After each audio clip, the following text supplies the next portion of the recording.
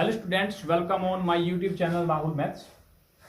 बच्चों, आज हम करने वाले हैं चैप्टर नंबर 6 और चैप्टर नंबर 6 का नाम है हमारा त्रिभुज, जो कि परीक्षा की दृष्टि से काफी इंपॉर्टेंट चैप्टर है। और ये जो हमारा चैप्टर है, ये चैप्टर परीक्षा में 6 या 7 नंबर में इसका जो क्वेश्चन है वो आता है। अब 6 या 7 जो नंबर होते हैं हमारे, वो या तो हमारी जो परसेंटेज होती है उसको उठा देते हैं या उसको नीचे गिरा सकते हैं। ठीक है, तो इसीलिए ये चैप्टर काफी इंपॉर्टेंट बनता है। और ये ना हमारी 10 या 11 पर में है। अब इनमें से कोई सी ना कोई सी पर में एवरी ईयर कोई सी ना कोई सी पर में जो होती है हमारी आ जाती है। और ये चैप्टर थोड़ा डिफिकल्ट भी है।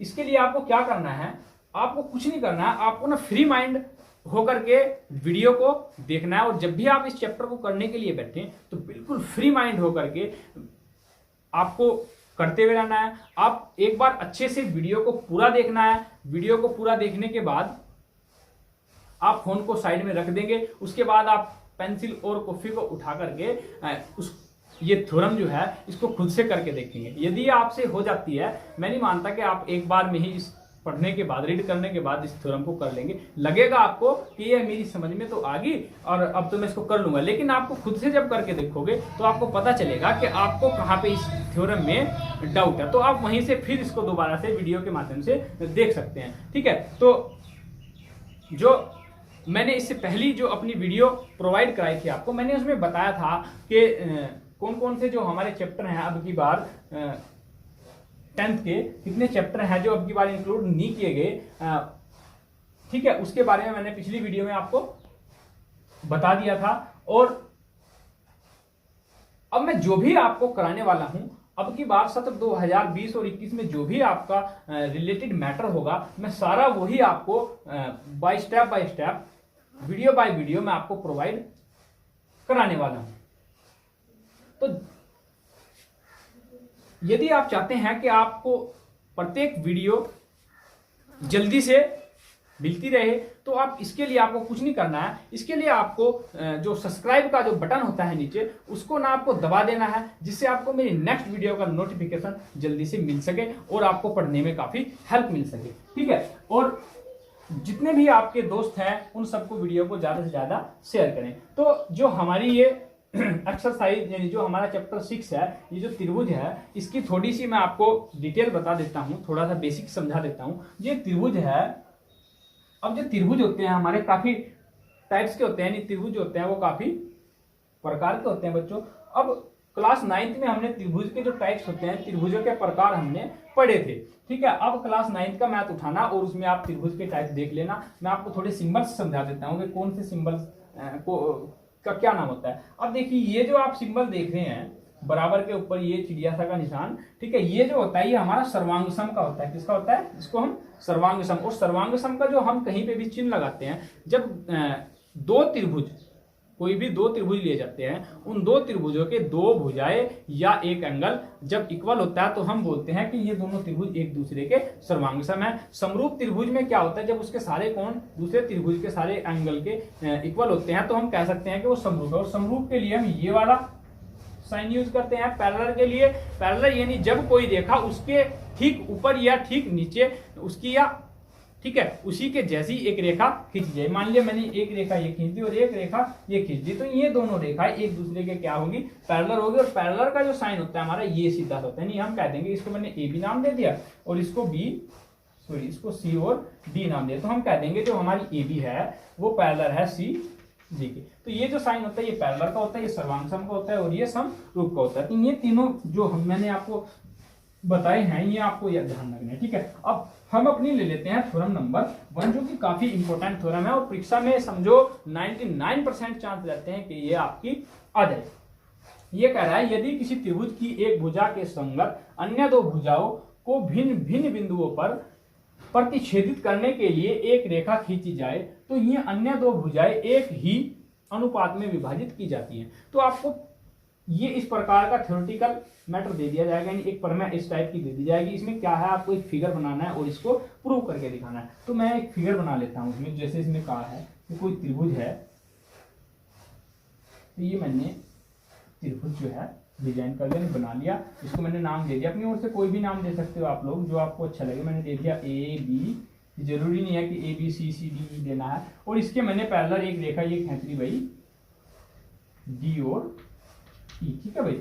और ये मैंने इस पे ए ई पे लंब डाल दिया और इसको नाम दे दिया एम, और ये इस पे मैंने यहाँ से लंब डाल दिया और इसको नाम बच्चों मैंने दे दिया एन, ठीक है। और इसको मैंने इससे मिला दिया और बी को सी से मिला दिया। अब हम इसको सिद्ध कर देते हैं, ठीक है।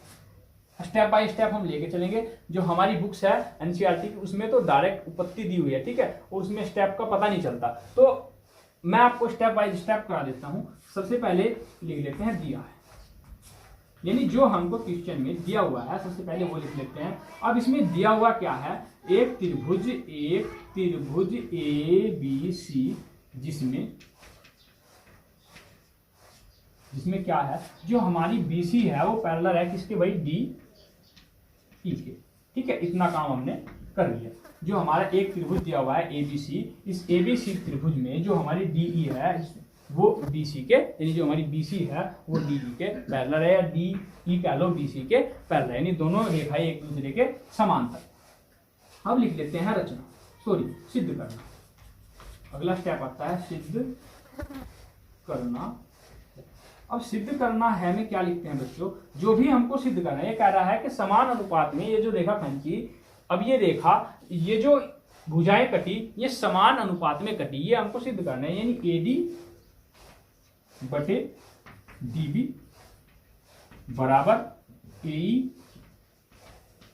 बटे ईसी, ये हमको प्रूफ करना है, ठीक है। इसके बाद आता है रचना। रचना में क्या करना होता है बच्चों, जो हमने क्वेश्चन के अंदर लाइन हमने इसमें जो हमने इसमें लाइन खींची वो रचना में आ जाती है। अब हमने इसमें क्या किया, बी को ई से तथा डी को सी से तथा डी को सी से मिलाया,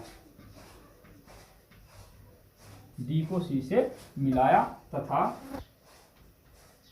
क्या किया, ये जो हमारा डीएम है, डीएम परपेंडिकुलर किस पर, ए ई पर, ये जो साइन लगा है ना उल्टा सा टी, ये ना हमारा 90 डिग्री का प्रदर्शित करने के लिए होता है, समकोण त्रिभुज बोलते हैं इसको, समकोण, यानी डीएम समकोण है किसके, ए ई के, और ये जो हमारी ए ई एन है, ई एन, ये समकोण है किस पर, ए डी, ठीक है।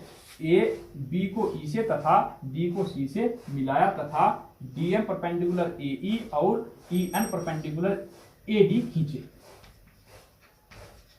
यहां तक समझ आ गया। उसके बाद आ जाती है हमारी भाई दिया है, सबसे पहले लिखेंगे दिया है के बाद सिद्ध करना है, फिर लिख लिया हमने रचना, और रचना के बाद आती है उपपत्ति। 4 स्टेप होते हैं उपपत्ति। वो जो हमारी रचना होती है, जरूरी हमें रचना करनी होती है, बहुत से क्वेश्चंस ऐसे होते हैं उनके अंदर कोई रचना हमको करनी ही नहीं पड़ती, ठीक है, तो रचना वाला स्टेप उससे गायब हो जाता है। अब उपपत्ति में क्या होता है, ये त्रिभुज ले लेते हैं, त्रिभुज ए डी ई, यानी त्रिभुज ए डी ई का क्षेत्रफल बराबर आ गया 1/2, और जो त्रिभुज का जो क्षेत्रफल होता है बच्चों वो होता है 1/2 गुना आधार गुना ऊंचाई। तो 1/2 गुना, यहाँ पे हमारा आधार है ए डी, और ऊंचाई हमारा है यहाँ पे, ये देखो ये तो हो गया आधार, इस आधार पे ये हाइट है ई एन, क्या है ई एन, ये ले लिया हमने। अब हम इसको ना 9th क्लास में हम इसको डिनोटेड कर देते थे एरिया, इस चीज को हम डिनोटेड कर देते area of triangle A D ई, ठीक है। इस चीज को हम त्रिभुज ए डी ई का क्षेत्रफल, त्रिभुज ए डी ई का क्षेत्रफल न लिख के इसको हम लिख सकते हैं शॉर्ट फॉर्म में, एरिया ऑफ ए डी ई का क्षेत्रफल बराबर 1/2 गुना ए डी और गुना ई एन। इसी प्रकार ले लेते हैं एरिया ऑफ, अब की बार ले लेते हैं त्रिभुज बी डी ई बराबर 1/2 गुना बी डी और गुना जो हमारा ये जो लंब है, यानी जिसकी हाइट है वो दोनों में सेम रहने वाली है, ठीक है। इसको सेम लिख देते हैं एरिया ऑफ, अब की बार इस साइड ये ले लेते हैं ए डी, एक बार उसको ले लेते हैं ए डी ई बराबर 1/2 गुणा, अब की बार ये आधार मान लिया ए ई। जब ए ई आधार है तो हाइट होगी हमारी डी एम, क्या होगी डी एम होगी, ठीक है बच्चों। और एरिया ऑफ, अब की बार ले लेते हैं बीई, सॉरी अब की बार लेते हैं सीई डी में, सीई डी में बराबर 1/2 गुणा, आधार होगा अब की बार हमारा सीई और गुणा, और हाइट हमारी डी एम ही लेनी आगे। तो यहां तक आपकी समझ आ गया होगा, क्लियर है। अब क्या करते हैं, देखो अब इस त्रिभुज को, जो हमारे टोटल जो क्षेत्रफल आगे त्रिभुज के, क्योंकि हमारे पास 4 आगे, 1 2 3 और 4, पहले दो को यानी इसका, ये इस त्रिभुज का क्षेत्रफल बटे इस त्रिभुज का क्षेत्रफल कर लेंगे, और इस त्रिभुज का क्षेत्रफल बटे इस त्रिभुज का क्षेत्रफल कर लेंगे। तो आइए करते हैं, area of ADE, ADE area of ADE बटे एरिया ऑफ बीडीई, बीडीई बराबर 1/2 गुणा एडी गुणा ई एन अपॉन 1/2 गुणा बीडी गुणा ई एन।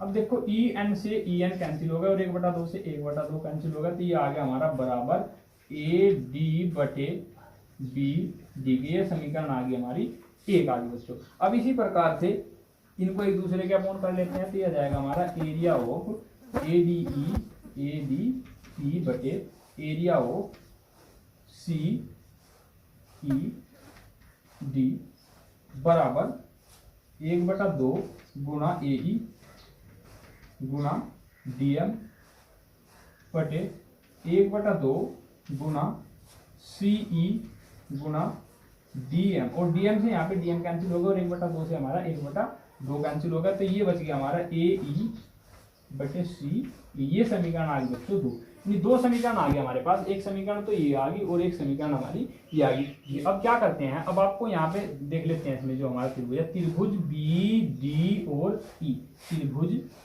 बी डी ई और त्रिभुज जो हमारा त्रिभुज है डी ई सी, त्रिभुज डी ई सी में इन दोनों का ना एक ही आधार है, में एक ही आधार, क्या है, एक ही आधार डीई, एक ही आधार डीई तथा समांतर रेखाओं, समांतर रेखाएं कौन कौन सी, बीसी और डी, समांतर रेखाओं बी सी और बीसी और डी, बीसी और डीई, सॉरी डीई के बीच बने 2 त्रिभुज हैं, डीई के बीच बने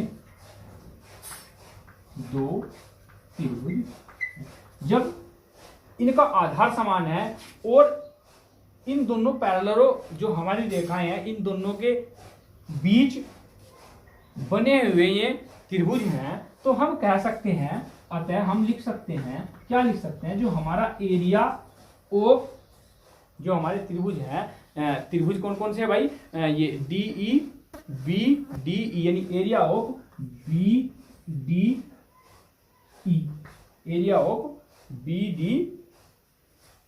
डी ई बराबर होगा area of D E C के, area of D E C के। ये इक्वेशन आ गई हमारी 3। अब क्या है, देखो 3 इक्वेशन आ गए हमारे यहाँ पे, 1 2 3, इसलिए इसीलिए समीकरण 1 2 वह समीकरण 3 से क्या प्राप्त हुआ, जो हमें सिद्ध करना है वो हम यहाँ पे डायरेक्ट लिख सकते हैं। ठीक है, और सिद्ध क्या करना है भाई, हमें सिद्ध करना है, हमें यहाँ पे लिख देता हूँ। ठीक है, क्या सिद्ध करना है हमें, AD बटे DB बराबर किसके आ गया, AE बटे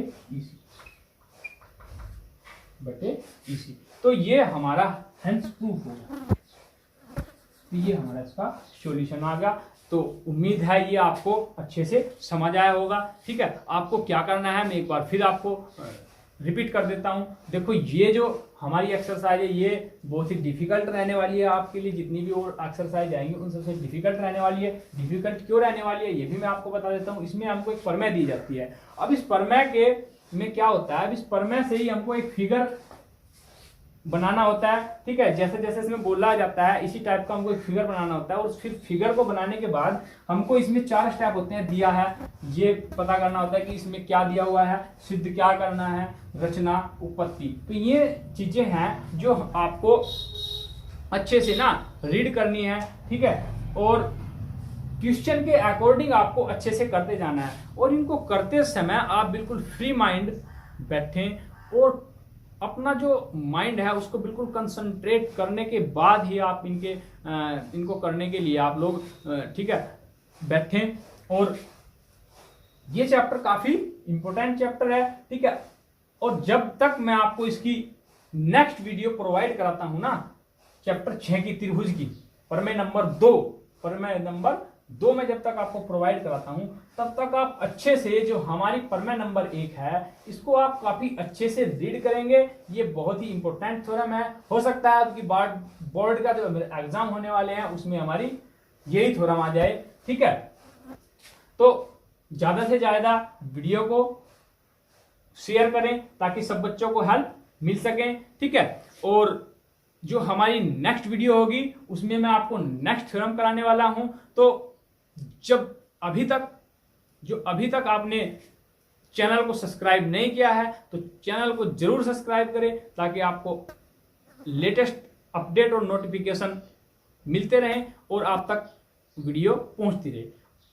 तब तक के लिए बच्चों, थैंक यू सो मच।